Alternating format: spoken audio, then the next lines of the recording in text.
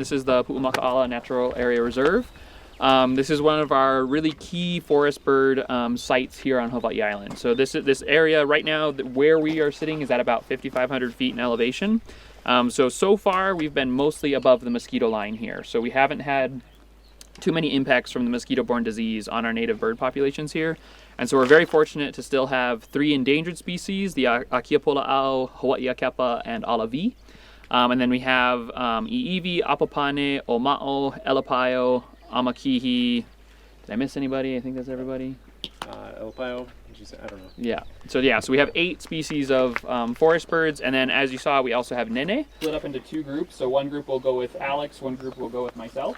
And that way we can kind of be in a little bit smaller groups, and it's a little easier to spot birds, and you don't scare quite as many birds.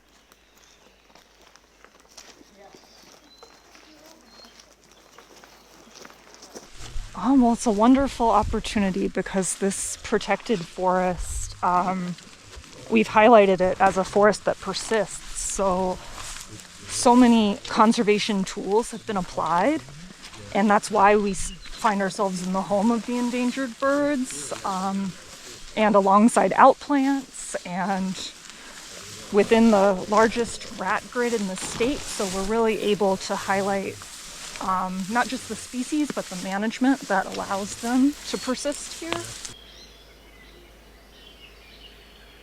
So we just heard one of our other endangered birds, the alavi, or it's one of our creeper birds. So kind of be looking, usually they won't be up in the leaves, they're going to be kind of down on the bark. One of our main sampling areas. Yeah, there's an apapane moving in the koa canopy up there.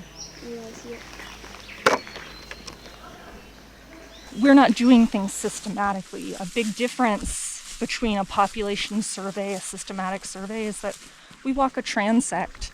Today we're highlighting hotspot areas, hoping to just share about these special birds where we can find them. I got the email and I think I got it and I immediately signed up, but I always wanted to go to an area where you can't go, and it's a restricted access kind of place. Makes it extra attractive, I guess. Yeah, there's an apapane kind of, or are you looking lower? Yeah, that's something kind of close. Oh, hello. Oh, there's an oma'o. Oh, so that hey, bigger bird gorgeous. that flew in is an oma'o. Yes, And if you can see it, they kind of shiver their wings. So if you watch him, kind of watch his little wings, they do this little flutter. And that's actually where their name comes from. So like most people think of oma'o, they think green. But one of the other meanings of oma'o is to shiver. Oh. And so oma'o, you'll see like a lot of times when they're just sitting, they just kind of shimmy their wings so it looks like they're shivering. We're looking for 8 species of forest birds: the amakihi, the apapane, i'iwi, elapaio, akiapola'au, alavi, akepa, and oma'o.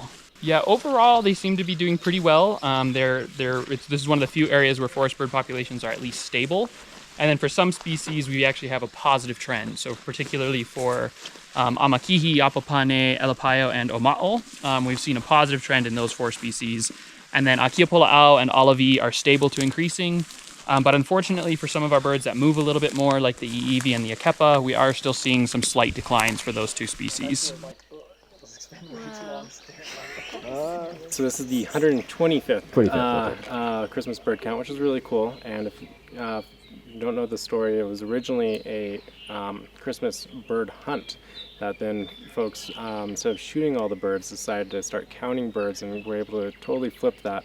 And now, the idea of going out and shooting as many birds you can on Christmas is laughable. It's not what we do anymore. So it's a really nice tradition.